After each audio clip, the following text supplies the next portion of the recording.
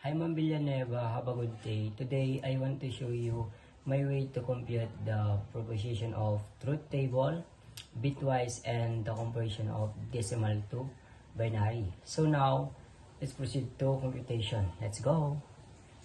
So ngayon, pumunta tayo sa proposition of truth table. So una, ay drop the T, T, F, F. TF, TF. So let's proceed to end.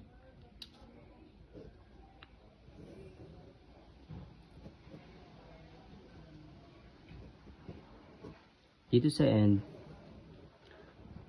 ay mas malakas si false. Kaya pag parehong T is considered a T. So let's be answer.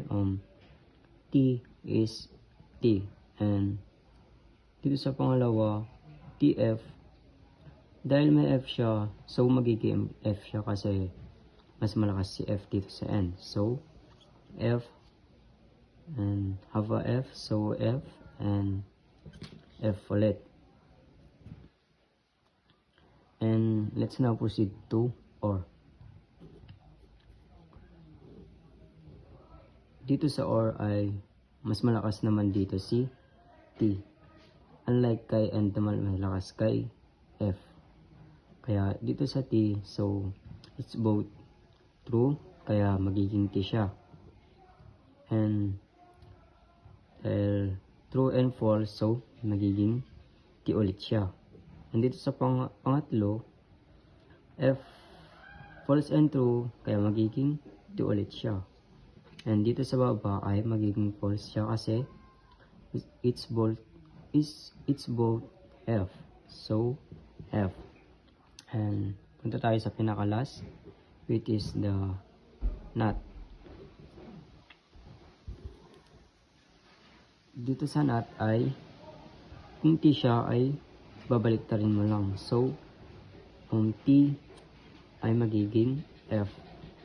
Si T magiging F. And true.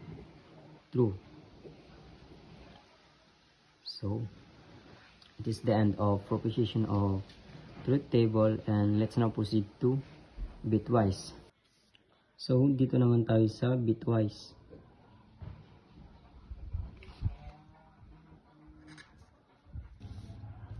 So ngayon dito naman tayo sa bitwise. Sa bitwise naman ay maglalakay tayo ng 8 number. So 0, 0, 1, 1, 1, 0, 1, 0, 1. And then, so tanggalin natin yung isa kasi sobra. So now 0, 1, 1, 1, 0, 1, 1, 0. So sa end, dito kay end ay mas malakas si 0.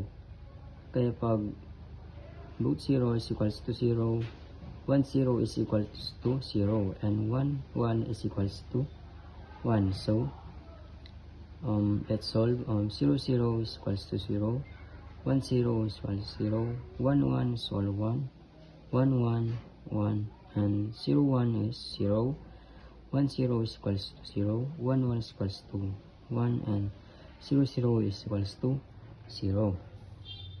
Dito naman tayo sa OR. Dito kay OR ay mas malakas si 1. Kaya 0, 0 is equals to 0, 1, 0 is equals to 1, and 1, 1 is equals to 1. So let's solve. 0, 0 is equals to 0, 1, 0 is equals to 1, 1, 1 is equals to 1, and 1, 1 is equals to 1, 0, 1 is equals to 1, 1, 1 is 1, and 0, 0 is equals to 0. And let's proceed. The last, which is the XOR. Dito naman sa XOR, ayaw niya yung magkapareha. Kaya pag 1, 1 is considered to 0. Pag 0, 0 is considered to 0. And 0, 1 is equals to 1. And that's now answer. 0, 0 is equals to 0. 1, 0 is equals to 1. 1, 1 is equals to 0. 1, 1 is equals to 0 because they cannot allow the same number. So 0, 1 is equals to 1. 1, 0 is equals to 1. 1, 1 is equals to 0. And 0, 0 is equals to 0. So it is the end of our bitwise computation. Now let me proceed to decimal to binary. So dito naman tayo sa conversion of decimal to binary. Dito naman sa decimal to binary ay ang gagamitin natin computation ay yung long method, which is mag-divide to ka lang. So for example, 20 divided by 2 is equal to 10.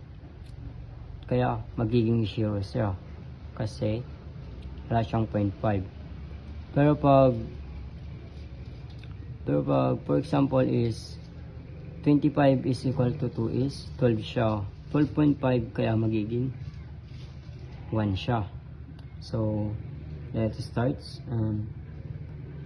Gagamitin natin number ay 120. 120 ang i-convert natin sa decimal to binary. So 120 yan. When 20 divided by 2 is equal to 60. So 60 siya. Sakto siya kaya magiging 0. 0, 0 siya. Dito naman 60 divided by 2 is equal to 30. So magiging 0 ulit siya. 0, 0. So 30 divided by 2 is equals to 15. Kaya magiging 0, 0 ulit siya. And 15 divided by 2 is 7.5. Pero ang ilalagay lang natin dito ay 7. Then dito naman ay 1 and 1. And then 7 divided by 2 is 3. 3.5 yun. Pero 3 lang inigay ko dahil dito mapupunta yung 1. And then 3 divided by 2 is 1. So 1 is 1.5. So divided by 2 is 1.5, but it is 1 and 1 because may 0.5 siya. And 1 divided by 2 is equal to 0. 0.5. Pero lalagay natin dito ay 0 and then 1, 1. Let's see the result of conversion of decimal to binary. So 120 is equal to 1, 1, 1, 1, 0, 0, 0.